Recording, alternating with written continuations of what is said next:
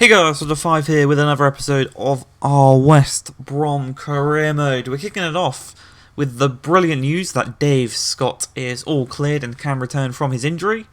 And we're going straight into a game at Villa Park where we will take on Aston Villa. Dave Scott's not going to be starting in this game, but he will make an appearance later on in this game. I sub him on around the hour mark just to get his fitness up, get him used to the game, and hopefully he... Obviously, if we started him, he would potentially get another injury. So, the first chance comes 7 minutes in. Chalano, who turns his man brilliantly, strikes it across goal, tries that low driven into that opposite corner, but it is just wide of the post. I think if it was on target, the keeper may have had it covered as well. Unfortunately, as Jamal Lewis plays the ball to Harper. Harper's going to drill it into Marlon, lays it off to Chalano, who really nice piece of play here. Again, we're going to go for that opposite corner. He just can't wrap his foot around it quite enough, and it does go straight into the path of Jed Steer, who's keeping it at 0-0. Again, on the counter-attack here, Harper does brilliantly there to actually keep possession of the ball. As Chalano, who threads it through to Marlon. He's got the better of Tyrone Mings, but he's on the wrong side, so he cuts inside, tries to cut it across, and again, it's another save for the keeper. Domenico Berardi here, dinks the ball across. Fikayo Tomori heads it away. Right back to Berardi, who tries another cross. This time, though, it doesn't even get to whip it in. And we counter-attack with Chalanohu. He's got a man ahead of him in Marlon. He's one of the quickest players in the Premier League. He gets the better of Tyrone Mings once again. Again, it is quite a tight angle, and you can't really get a good shot off from that angle. And it's still 0-0 going into the second half. We're struggling to score in this one. Their keeper is just on top form. As once again, Harper, charging forward, plays it to Marlon. Another great little skill move there to get past Tyrone Mings. And again, we put it just wide of that bottom corner. Ollie Burke now looks to get the better of the opportunities here as he cuts inside. He's going to just play it across to Marlon, turns nicely, shoots. And it's still 0-0. At this point, Dave Scott has come on. He's come on at the cam position, just so he's not out wide and having to run as much. It's a great save there by Jed Steer. He made 6 saves in this game. Really good performance by him. And we move into the Champions League off the back of that draw against Aston Villa. Now, as our Lokomotiv Moscow, they played Barcelona in the first game and they lost 5-0. We obviously beat Leipzig 2-1. So a good performance here today against Lokomotiv Moscow will just put us on the right track. And 24 yards out, 8 minutes in, Hakan Çalhanoğlu, he's aiming for that top corner. He's striking it. And it hits the wall. His free kicks, as of late, have not been the best. But 22 minutes in, we're going to counter-attack here against Lokomotiv Moscow. And it's going to be a really effective one as we turn. We thread the ball through to Burke. He's got the better of the back line. He's one-on-one with the goalkeeper. Should be tucking this one away. And he somehow puts it wide. Somehow he puts that one wide. And from the resulting goal kick, Guilherme is going to play the ball all the way up to the striker. Diallo's going to win the header down to Tonali. First time to Çalhanoğlu. First time to Chukwueze. This passing here is brilliant. Tonali to Livermore to Çalhanoğlu to Chukwueze. Turns his man brilliantly. Lovely bit of face-up dribbling. He plays the ball to Tonali. He's going to play it to Livermore. Livermore's going to find Çalhanoğlu. He turns his man brilliantly. Scoops over the top to Chukwueze. First time volley. On the weaker foot. It's a brilliant build-up play. It's brilliant passing. The assist. A lovely little scooped through ball. Similar to the one I think it was Sterling did for David Silva against Crystal Palace. I think it was that. It might have been the other way around. David Silva to Sterling. I can't quite remember. But we are 1-0 up. Chukwueze is the goal scorer. We're going to go for another one here. As Reece James played through the goal scorer, Chukwueze. He's in the box. Cuts it across to Çalhanoğlu.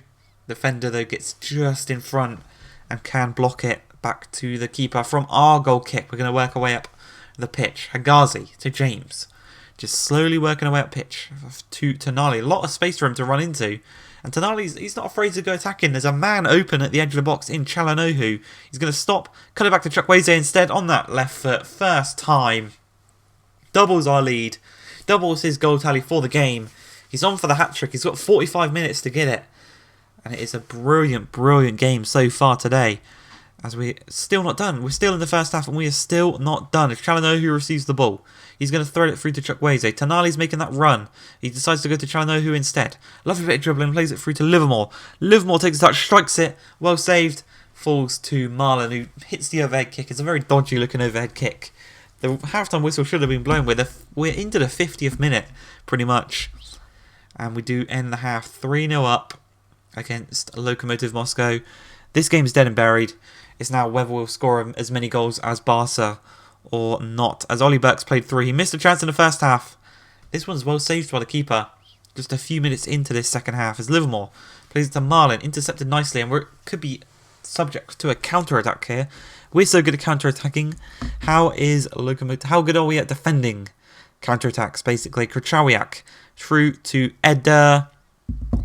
And the Euros 2016 final goal scorer just scored against us. So, with 9 minutes left in the game, it's 3-1. We're going to go for one more chance here as Chukwueze is still looking for that hat-trick. He threads the ball through to Marlon. He stops, cuts inside, strikes it.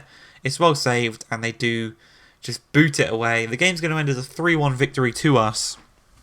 It's a deserved victory. We created a lot of chances in this game. We were unlucky not to score more.